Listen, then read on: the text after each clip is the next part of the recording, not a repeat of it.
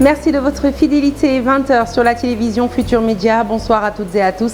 Bienvenue à cette principale édition. Les titres, c'est tout de suite.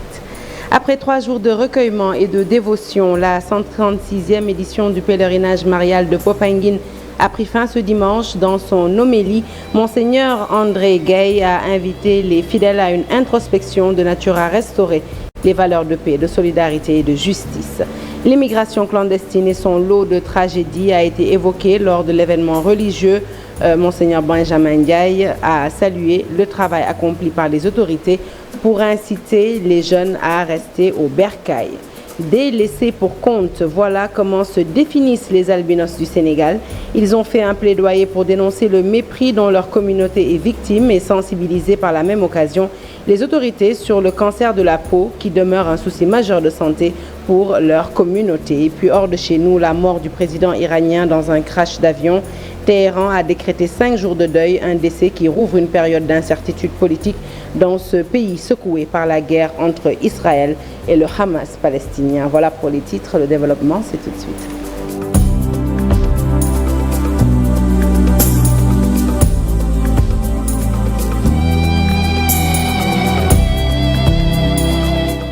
Bonsoir à toutes et à tous. Un journal que nous ouvrons tout de suite avec cette information. Bah Diakhaté, activiste, est entre les mains de la division des investigations criminelles, proche de l'ancien régime du président Macky Sall. Il a été arrêté suite à des propos jugés outrageants à l'endroit du Premier ministre Ousmane Sonko. Le procureur de la République s'est autosaisi de l'affaire en ordonnant son arrestation et nous y reviendrons certainement lors de nos prochaines éditions. Les rideaux sont tombés sur la 136e édition du pèlerinage marial de Popenguine. 3 jours de prière et de dévotion. Dans son homélie lors de la messe solennelle, le Monseigneur André Gueye du diocèse de Thiès a rappelé les différents comportements qui doivent rythmer le quotidien des fidèles pour plus de paix et de justice, objet d'ailleurs du thème de cette année. Face à la crise des valeurs que nous vivons tous les jours, le religieux a invité les Sénégalais à revoir leur comportement. Le compte-rendu de cette 136e édition est signé à Hassan Ba. Cette 136e édition du pèlerinage marial de Popenguine, il s'agit pour Monseigneur André Gueye du diocèse de Thiès d'indiquer le chemin de la justice et de la paix aux fidèles. Se laisser éduquer par Marie, adopter les comportements qui doivent guider nos actes au quotidien. Frères et sœurs, justice et paix ne sont pas des slogans, ni des principes purement théoriques ou abstraits, des idéaux irréalisables. Au contraire, ce sont nos attitudes, nos comportements, nos manières de faire, de parler, de voir et d'être qui doivent les incarner. Les promouvoir, vous le savez, est une œuvre sans fin, de longue haleine, pour laquelle, nous le savons, il faut de la patience. Dans son homélie, Monseigneur André Gueye a invité les Sénégalais à travailler pour plus de justice. Il est d'avis que cela ne concerne pas seulement ceux qui la pratiquent. Pour plus de justice dans nos pratiques et dans nos responsabilités qui nous sont confiées, il faut être juste là aussi. Et je ne parle pas seulement de ceux et de celles qui ont la charge de la justice. Nous sommes tous concernés. Le thème choisi cette année colle bien à l'actualité. C'est aussi l'occasion pour Monseigneur de rappeler que la redevabilité est une exigence de la justice, ce qui, selon lui, est peut-être recherché à travers les nombreux audits. Mais il pense qu'il est plus qu'urgent de faire l'audit de nos comportements. Pour ne pas tomber dans le même travers éventuel, n'oublions surtout pas de faire l'audit des habitudes et des mentalités qui sous-tendent de tels comportements. Vous vous êtes adossé à notre vie nationale, à l'enseignement de l'Église et aux interpellations qui en découlent. J'ai compris qu'il nous faudrait faire l'audit de certains de nos comportements sénégalais. En tout cas, Njarama yen wa diocèse u Thiès jangen jëf.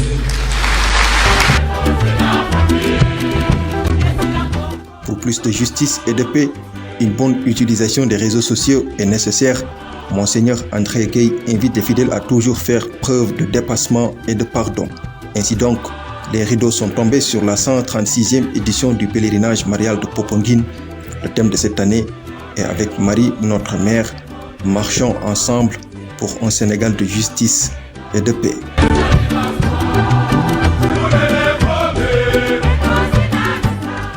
Nous restons au sanctuaire marial de Popenguine où Monseigneur Benjamin Ndiaye a invité les jeunes à privilégier les voies légales pour voyager. L'archevêque de Dakar salue toutefois la volonté de l'État du Sénégal qui, selon lui, redonne la confiance aux jeunes en les maintenant au pays à travers des politiques inclusives de développement. Par ailleurs, abordant le thème du changement climatique, il encourage des initiatives qui visent le retour à la terre. Je vous propose de l'écouter au micro d'Habib Faye. Face à une jeunesse désorientée, dont la grande tentation est de prendre le large, dans l'espoir de trouver un avenir meilleur ailleurs, nous saluons toute volonté affirmée de redonner confiance aux jeunes et de les maintenir dans leur pays de préférence par des politiques inclusives de développement et d'insertion sociale, comme préconisé par les évêques dans leur lettre pastorale sur les migrants et les réfugiés du 17 février 2021. Troisième appel. Face au phénomène du changement climatique et à ses conséquences sur la productivité de nos ressources, nous saluons et encourageons les initiatives visant un retour organisé à la terre et à la réappropriation de notre patrimoine national pour une justice sociale plus effective. Le ministre de l'Intérieur, Jean-Baptiste Tine, a présidé la cérémonie officielle marquant la fin du pèlerinage marial de Popenguine. Il est revenu sur le thème de cette édition. Il a également appelé les jeunes fidèles catholiques à prendre comme modèle la Vierge Marie afin d'être des acteurs de justice et de paix.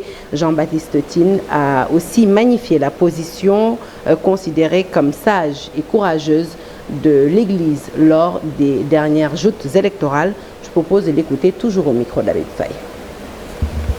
Un thème bien à propos et actuel qui invite tous les fidèles et les pèlerins, notamment les vaillants jeunes catholiques de notre pays, à prendre la bienheureuse Vierge Marie comme modèle et comme exemple, afin d'être des acteurs et des artisans de justice et de paix dont notre pays a tant besoin pour bâtir son émergence socio-économique. L'édition du pèlerinage marial de Popenguine de cette année intervient au lendemain de jours électoraux dont les risques et les facteurs de déstabilisation tant craints ont pu être jugulés et déjoués par la grâce de Dieu. Et à ce sujet, il me plaît de relever la position sage, courageuse et constante de l'Église qui, à travers ses dirigeants ou encore ses structures, a toujours défendu la justice et promu la paix pour le triomphe de la démocratie. Il nous incombe alors de poursuivre dans la prière agissante et l'action de grâce, la marche en avant de notre pays pour des lendemains meilleurs tout en veillant à préserver sa stabilité politique, sociale et institutionnelle.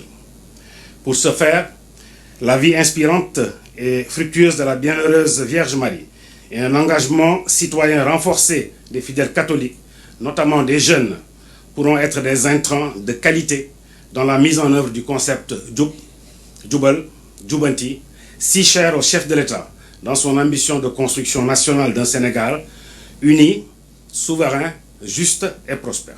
Et cette année, pour réussir du mieux possible la couverture sécuritaire du pèlerinage marial, la gendarmerie nationale a mis les petits plats dans les grands. La Légion de gendarmerie de Thiès a mobilisé plus d'1 millier d'hommes en tenue, mais également des civils pour empêcher les malfrats et autres délinquants de sévir durant ce grand événement religieux. Le compte-rendu est signé Daniel Diouf. Nationale n'a pas lésiné sur les moyens pour assurer la sécurité des pèlerins de la 136e édition du pèlerinage marial de Popenguine. Les hommes du lieutenant-colonel Alioune Diop ont reçu d'ailleurs la visite du chef d'état-major, directeur de la justice militaire, le général de division Martin Faye, venu requinquer les troupes. La gendarmerie nationale, comme pour les éditions précédentes, a déployé d'importants moyens pour une bonne couverture sécuritaire. C'est dans ce cadre d'ailleurs que nous avons reçu la visite de M. le général de division Martin Faye, haut commandant de la gendarmerie nationale et directeur de la justice militaire, qui a bien voulu nous témoigner de son appui avant de s'enquérir des directives qu'il nous avait données pour une bonne réussite de ces deux événements. Des moyens consistants en hommes et en matériel, dans le seul but de contenir les velléités des malfaiteurs et autres fauteurs de troubles.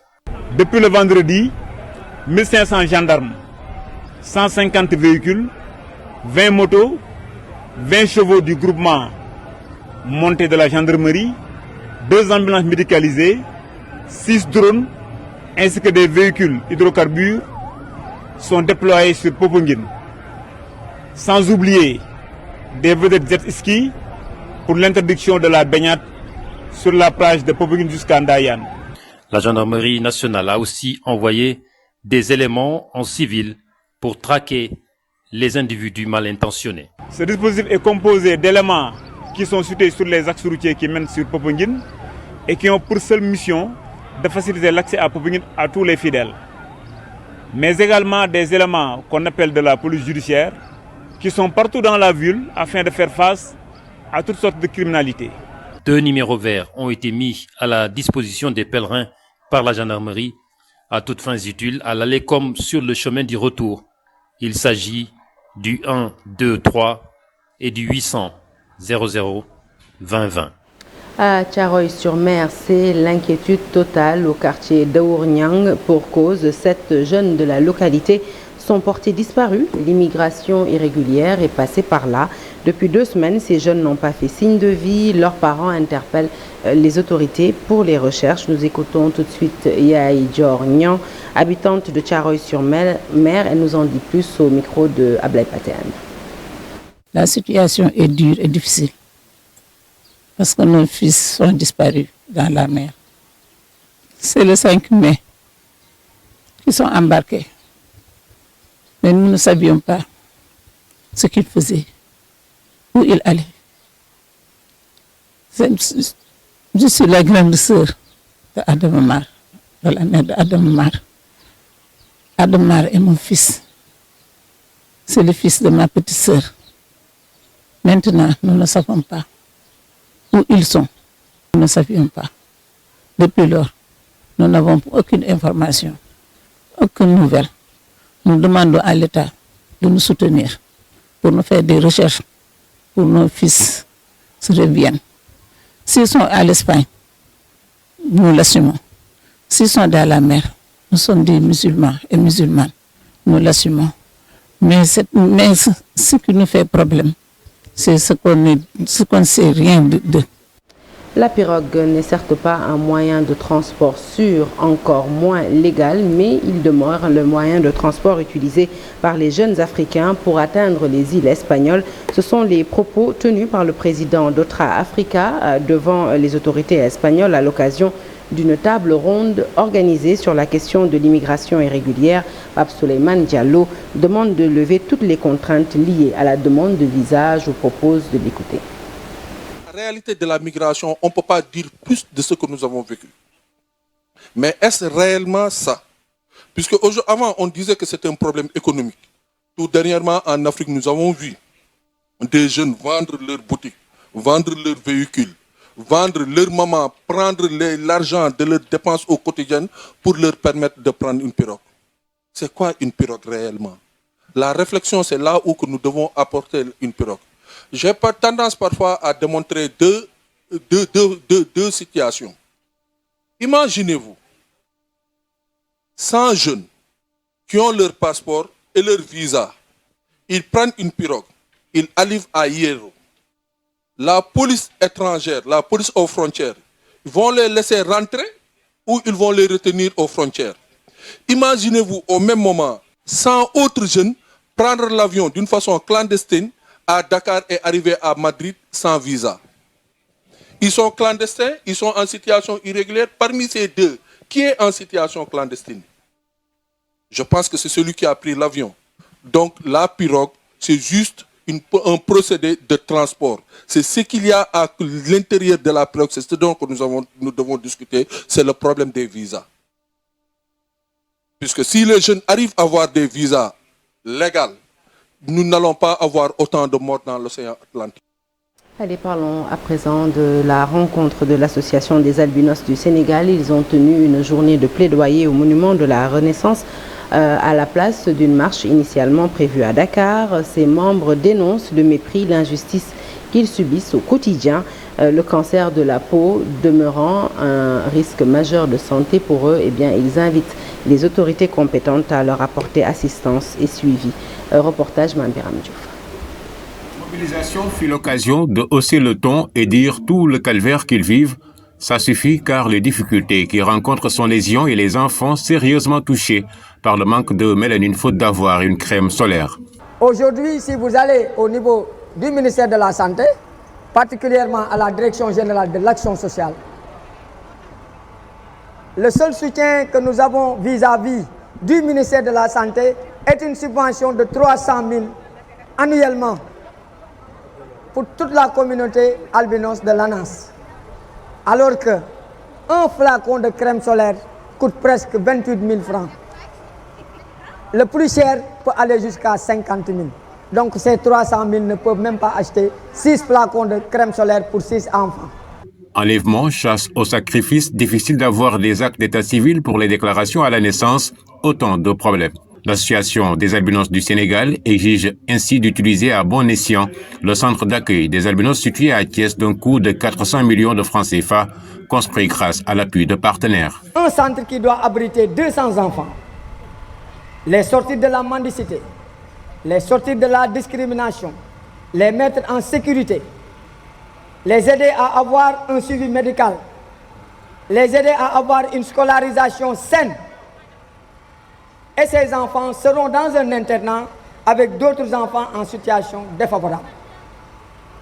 Mais depuis 2 ans, ce centre-là ne peut pas être utilisé par l'ANAS sous prétexte que des personnes qui ont quitté la structure depuis 2000, grâce à la complicité de certaines autorités, sont en train de tromper les autorités de la ville de Thiès, la justice de Thiès, avec de faux documents, avec de fausses déclarations. Ces gens aujourd'hui occupent illégalement ce centre. Les nouvelles autorités sont ainsi interpellées pour des solutions face à tous ces maux. C'est au cours d'une réunion qui s'est déroulée au siège de l'ENDSS que le collectif national des travailleurs contractuels de la santé ont annoncé une menace sérieuse qui plane sur leur secteur entre le non-respect du versement des indemnités et primes, les contrats renouvelés après 5 ans de travail. Le mécontentement de ces agents contractuels est grand. Face à cette situation, le collectif a exprimé sa détermination à faire entendre ses revendications. Reportage Yaïkoumba Ndiaye et Aline Diagne. Les agents contractuels de la santé sont en colère. Ils dénoncent leurs difficiles conditions de travail. Que nous constituons une entité incontournable du système de santé au Sénégal. Surtout que nous servons dans les points de prestation les plus reculés et inaccessibles du pays. Chose que nous faisons avec gratitude, abnégation et un plein d'engagement pour l'atteinte des indicateurs. Malgré les efforts que nous fournissions tous les jours, la situation des travailleurs contractuels devient de plus en plus précaire. Parmi ces doléances figure le paiement des indemnités et heures supplémentaires, entre autres. Respect des accords signés par rapport aux indemnités à l'endroit de tous les contractuels, y compris les administrateurs et les chauffeurs. À savoir l'indemnité de logement, prime de risque, prime de fonction, prime d'itinérance et l'indemnité de représentation paramédicale. Les contractuels doivent bénéficier des heures supplémentaires car occupant les mêmes fonctions et ayant les mêmes responsabilités que les agents de l'État, c'est-à-dire les fonctionnaires. Des cotisations à l'IPRES pour les contractuels et au-dessus de l'activité de ces derniers. À travers cette assemblée générale, ces travailleurs interpellent directement leur ministère de tutelle pour mettre fin à ce qu'ils considèrent comme étant une discrimination. Les travailleurs contractuels du programme Créundawi méritent un peu plus de considération, tant sur le plan salarial comme des indemnités avec des salaires payés vers le 15 de chaque mois. Ensuite, enrôler tous les contractuels devant faire les cours précis ou en bref à la prochaine cohorte. Décentraliser l'octroi des lettres de garantie au niveau des directions régionales de la santé et même au niveau des districts, comme avec les imputations budgétaires pour faciliter la prise en charge de maladies des contractuels. Les travailleurs contractuels de la santé menacent de durcir le ton si leurs revendications ne sont pas satisfaites. Ils attendent des nouvelles autorités une revalorisation.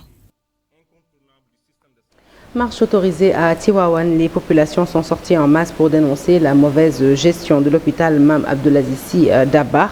Elles réclament le départ de la directrice de l'établissement hospitalier. Selon leur porte-parole, après le drame qui a abouti à la mort des 11 bébés, beaucoup de patients sont décédés parce que n'ayant pas été assistés convenablement. Mansour Mané, le porte-parole des manifestants, je propose de l'écouter au micro de Cheikh Anta Diop. Mame Abdou a été pris comme prétexte pour faire cette marche pacifique, pour exprimer leur ras-le-bol face au comportement irresponsable et inacceptable de certains agents de santé qui sont à l'hôpital Mame Abdoulaziz Dabakh. Réclamer vivement, et cela nous le demandons, nous interpellons le président de la République, M. Bassirou Diomaye Diakhar Faye, son premier ministre, M. Ousmane Sonko, le ministre de la Santé, de relever dans les plus brefs délais la directrice de cet hôpital qui est le point nodal de tous nos problèmes. Ce sont des médecins, des infirmiers qui nous informent chaque jour sur ces manquements. Au bloc opératoire de Tivaouane, des fois, il arrive des coupures d'électricité et le groupe électrogène ne marche pas. Ça, c'est une catastrophe. Aujourd'hui, à l'hôpital Mame Abdoulaziz Dabakh, il n'y a pas de service de néonatologie. Tout le monde sait qu'il y a de cela quelques années, 11 bébés ont péri dans un incendie. Et jusqu'à présent, rien n'a été fait. Si vous avez un nourrisson qui est malade, on le réfère soit à Diamniadio, soit à Mbour, soit à Dakar. Au moment où nous parlons, c'est inadmissible pour une commune de la taille de Tivaouane. Donc, ils doivent revoir leur comportement. Les individus ne sont pas des animaux. On ne le fait pas pour notre propre promotion, mais on le fait pour l'intérêt général. Nous voulons que désormais, les populations de Tivaouane aient des services de soins de qualité. Nous voulons que l'État nous affecte des services suffisants et compétents, des médecins qui sont là 24 heures sur 24 avec des services de garde. Allez, parlons de tout à fait autre chose à présent. Déguster une bonne soupe pour la modique somme de 100 francs, c'est désormais possible aux Parcelles Assainies, unité 25, d'Abassal l'a tenté. Et ça semble être une réussite car sa table ne désemplit pas de monde après le crépuscule. Une tiktokeuse du quartier a publié une vidéo sur les réseaux sociaux et Mère Daba a commencé à recevoir des appels de clients venant d'autres localités. Mère Daba, la vendeuse de soupe à 100 francs, c'est un reportage signé Abdoulaye Diop.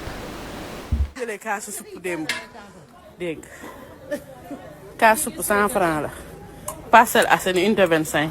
Depuis la publication de cette vidéo sur les réseaux sociaux, Dabassal connaît un succès fulgurant.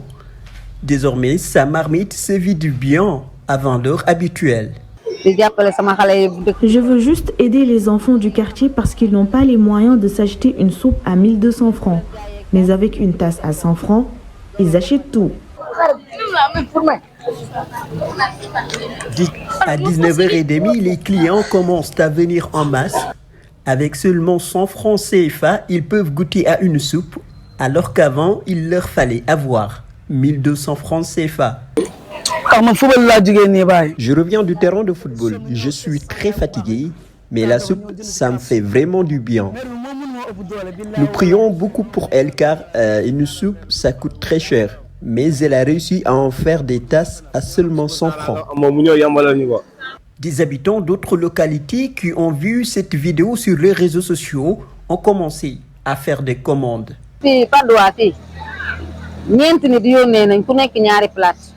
4 habitants de la Padoie se sont manifestés. Ils ont vu la soupe sur la vidéo et ont été surpris, surtout par le prix. J'ai également reçu d'autres commandes de Keur Baïfal et de Keur Massar. Elle a été inspirée par les enfants du quartier pour prendre une telle initiative. Les enfants demandaient un prix de 100 francs. Je leur ai dit, avez-vous déjà vu une soupe à 100 francs? Ils ont insisté, j'ai essayé et cela a réussi. Ce petit commerce rapporte déjà beaucoup à Daba et elle ne compte pas s'en arrêter là. Elle espère obtenir de l'aide pour créer une grande entreprise.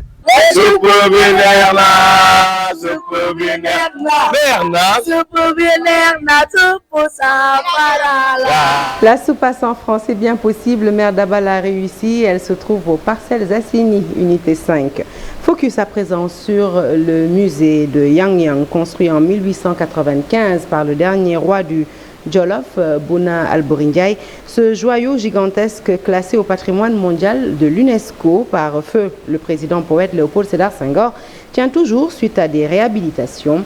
Des articles du Bourba Jolof y sont jalousement conservés. Immersion à Yang Yang avec nos reporters Mamadou Moustapha Ndiaye et Sidi Thiam. Situé à Yang Yang, a accueilli des journées portes ouvertes. L'objectif principal de cet événement est de faire connaître l'histoire du Jolof, ses rois valeureux qui se sont succédés, ainsi que les faits marquants du royaume du Jolof. Aujourd'hui, c'est un jour historique déjà pour le Jolof, parce que le mois de mai symbolise à la fois le départ en exil de Alboury. Ça symbolise aussi la destruction du Tata de Yang Yang par le colonel Dots le 24 mai 1890, le départ de Alboury le 20 mai, la mort de la mère de Alboury Seynabou Diop le 20 mai. Aujourd'hui, nous voulons célébrer la culture, nous voulons célébrer l'histoire du Jolof parce que l'objectif c'est quoi? C'est de promouvoir l'histoire du Jolof, ses fils valeureux ainsi que son patrimoine matériel et immatériel. Dans l'ancienne capitale du royaume du Jolof se dresse l'ancien palais, aujourd'hui transformé en musée. Ce dernier a été classé au patrimoine mondial de l'UNESCO. En pénétrant dans ce joyau construit en 1895 par Bouna Ndiaye, on découvre un impressionnant arsenal de matériel tels que les armes à feu du Bourba, des amulettes, des baignoires pour les bains rituels. De nombreux citoyens et autochtones viennent régulièrement visiter ce labyrinthe. Nous lançons appel à tous les Jolof ku ci yor document sonore bind loo mënti yor gis ngeen tey photo Samba Jabare Samb ak yeneen Mame Abdou Aziz Dabakh gis ngeen ay mbubbam mayoon na ko Mame Bouna suñu wéyjur exposé ko ci biir gis nañu Serigne Maodo Sy Dabakh soxnaam soxna Safia am na ay loo xam ne Mame Habib Sy descendant aussi de Yang Yang ñoom ñëpp dinañ joxe objet yi ngeen fekk ko ci biir pour mu doon pour la promotion de la culture wane ni Yang Yang mooy capitalu culturel du Jolof. Tey fi ngeen gis Monseigneur Jalabert ancien archevêque bu Dakar daf fi daan ñëw di seet ci Bouna Alboury moom it mu joué benn rôle bu mag ci promotion wu Jolof ak promotion wu Sénégal. Nebedaay bi ngay dégg moo ko fi def bëy yi ngay gis xar yi nag yi moo ko fi indi pour dooleel élevage teen yi mu bëdd plus de 80 rails chemin de fer def ko pour les populations du Jolof. La cérémonie a été honorée par la présence de Souleymane Ndéné Ndiaye et d'Aly Ngouille Ndiaye qui sont des fils du terroir. Ce dernier a saisi l'occasion pour faire un plaidoyer auprès du ministre des Infrastructures pour la construction des routes pour faciliter l'accès au site qui est un carrefour culturel. Yang Yang, c'est l'ancienne capitale du Jolof. Pour une très bonne partie de l'histoire, Jolof a eu 3 capitales. Il y a eu Yang Yang, il y a eu Sagata, il y a eu également Warkok. Linguère, c'est la capitale du département. J'ai demandé solennellement au ministre des Infrastructures de nous réaliser une route qui va relier Linguère et Yang Yang. Ça va permettre à Yang Yang d'avoir une ouverture à l'intérieur du Jolof. Ça va permettre de relier Yang Yang et le sud du Jolof, donc Thielé Gassane via Linguère. Ça va permettre de relier Yang Yang et l'est du Jolof, ça veut dire Barkédji jusque vers Matam, et ça va également permettre de relier, donc Linguère sera une jonction pour relier également Yang Yang et Dodji qui est le nord-est du Jolof. Devant la délégation du ministère de la Culture, un sketch sur la surprise de Yang Yang a été mis en scène par le groupe Sawegi pour se remémorer les belles victoires du roi Alboury Ndiaye. De chez nous, l'Iran en deuil après la mort du président Ibrahim Raïchi dans un crash d'hélicoptère. 5 jours de deuil national décrétés pour lui rendre hommage, ainsi que d'autres personnalités de la République islamique décédées dans cet accident. Son décès à l'âge de 63 ans va ouvrir une période d'incertitude politique en Iran au moment où le Moyen-Orient est secoué par la guerre entre Israël et le Hamas palestinien. Je vous propose de suivre tout de suite ce récit signé Cheikh Ngoné Diop. L'hélicoptère du chef d'État iranien s'est écrasé dans une région montagneuse du nord-ouest de l'Iran. L'hélicoptère disparu dimanche a été localisé pendant la nuit après de longues heures d'incertitude. La mort du président a été confirmée ce lundi matin par le gouvernement. Les secours ont connu d'énormes difficultés pour localiser l'appareil qui a heurté une montagne. Sur les lieux, les secouristes ont récupéré les 9 dépouilles. Celle du président de 63 ans, du ministre des Affaires étrangères, du gouverneur de la province, d'un imam, 2 responsables de la sécurité présidentielle et 3 membres d'équipage. L'Iran a annoncé 5 jours de deuil national en hommage au président disparu. Il dirigeait l'Iran depuis 2021 dans un contexte troublé. À l'international, le décès du président va ouvrir une période d'incertitude politique en Iran, au moment où la région est secouée par la guerre dans la bande de Gaza entre Israël et Palestine. Après son décès, Ebrahim Raisi est remplacé par son premier vice-président avant une élection présidentielle qui devra se tenir dans les 50 jours. Allez, retour au Sénégal et notamment à Saint-Louis où se tient le Festival international de jazz depuis ce 16 mai. Une activité culturelle mais aussi économique seulement. Chaque année, les organisateurs rencontrent beaucoup de difficultés pour boucler le budget, même si le festival résiste. Pour sauver l'activité culturelle, la mairie propose un partenariat avec l'État pour une enveloppe de 100 millions de francs par an. Du côté de l'État, il faut une réorganisation du festival pour booster l'économie locale. Le point, c'est avec Ousseynou Diop et Habib Sek. National de jazz de Saint-Louis a cette année 32 ans. Mais pour chaque édition, les défis à relever sont énormes. Parfois même, les organisateurs peinent à boucler le budget. Pape Amadou Cissé a participé à toutes les rencontres à la place Bayandar. Selon lui, le festival a besoin de soutien. Parce que l'organisation du festival de jazz demande des moyens colossaux. Donc il y a un moment, il y a des partenaires qui étaient retirés. Mais présentement, on est en train de relancer les activités. Donc on a plus de partenaires. Donc ils s'intéressent beaucoup au festival. Pour organiser cette activité culturelle et économique, il faut débourser beaucoup d'argent, assurer les cachets des artistes venus du monde entier et une bonne communication. Pour Papa Amadou Cissé, de l'association Saint-Louis Jazz, les partenaires doivent accompagner les organisateurs. Non, ce n'est pas facile. Un festival international, donc ça ne se gère pas comme ça, quoi. Il faut assez de moyens, assez de partenaires donc, pour réussir l'organisation. Du côté de la mairie de Saint-Louis, le maire plaide surtout pour un accompagnement de l'État. Il souhaite une subvention annuelle de 100 millions pour sauver le festival. Pour quand même faire un plaidoyer à l'endroit des autorités de ces pays pour que ce festival puisse s'organiser dans les règles de l'art. Depuis plusieurs années, un chantier a été ouvert pour qu'un budget soit inscrit au niveau du ministère de la Culture pour prendre en charge les frais relatifs à l'organisation de ce festival. Et c'est ce chantier que nous souhaitons, en tout cas dont nous souhaitons la réalisation, un chantier d'un budget de plus de 100 millions minimum par an. Pour la première fois, le secrétaire d'État à la culture, aux industries créatives et au patrimoine historique participe à cette rencontre. Pour Bakary Sarr, il faut une réorganisation du festival pour développer l'activité culturelle et économique dans la ville.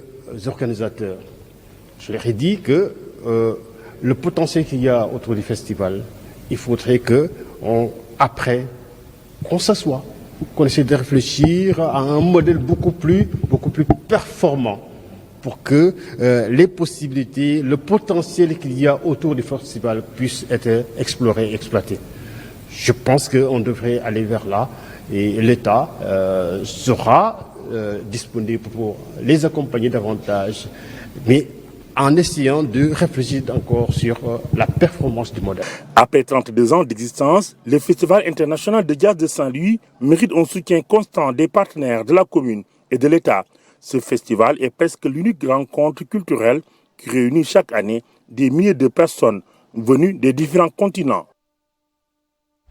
Fin de ce journal, merci de l'avoir suivi. L'actualité se poursuit sur toutes nos plateformes digitales. Restez avec nous. Tout de suite, la deuxième partie du Soir d'Info. Nous recevons tout de suite Seydina Alioune-Ndiaye, auteur du livre L'angle mort économique ou comment la négligence du rail public a garrotté le développement du Sénégal. À tout de suite.